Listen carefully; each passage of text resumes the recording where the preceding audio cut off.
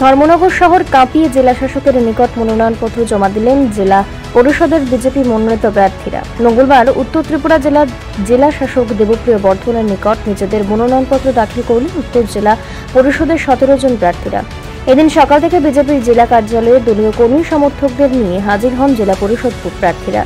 সেখান থেকে এক বিশাল মিছিল যুগে জেলা শাসকের কার্যালয়ে তাদের মনোনয়নপত্র জমা দেন প্রার্থীরা। এতে উপস্থিত ছিলেন ধর্মনগরের বিধায়ক তথা রাজ্য বিধানসভার অধ্যক্ষ বিশ্ববন্ধু সেন, বিজেপি উত্তর জেলা সভাপতি কাজল দাস, পানিসাগর বিধানসভা কেন্দ্রের বিধায়ক বিনয় ভূষণ দাস সহ অনেকেই। এদিকে এদিন শাসক দল ছাড়াও কংগ্রেস এবং নির্দল থেকেও বেশ কয়েকজন প্রার্থী তাদের মনোনয়নপত্র দাখিল করেন জেলা শাসকের নিকট। সব মিলিয়ে এক উৎসবমুখর পরিবেশে এদিনকার মনোনয়নপত্র জমা দেন সকলেই।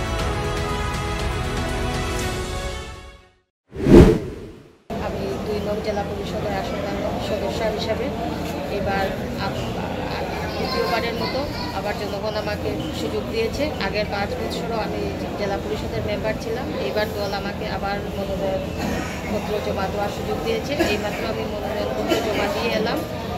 তাই আমি চাইব জনগণের পাশে সবসময় থাকার। আর পাশাপাশি তো জনগণ দেখবে কে ভালো কাজ করছে না করছে, মোদী সরকার আমাদের জন্য কী কী সুযোগ সুবিধা সব কিছু দিয়েছে, সব কিছু বিবেচনা করেই জনগণ ভোটটা বিজেপিকেই দেবে আমার মনে হয়। আজকে টোটাল 17 জন মনোনয়নপত্র জমা দিচ্ছি। জয় নিয়ে তো আমরা মোটামুটি ভালোই আশাবাদী। হচ্ছে চুরাইবাড়ি, বাগন, কদমতলা, কালাগাঙ্গের পাড়, এই 4টা নিয়েই আমার আসন।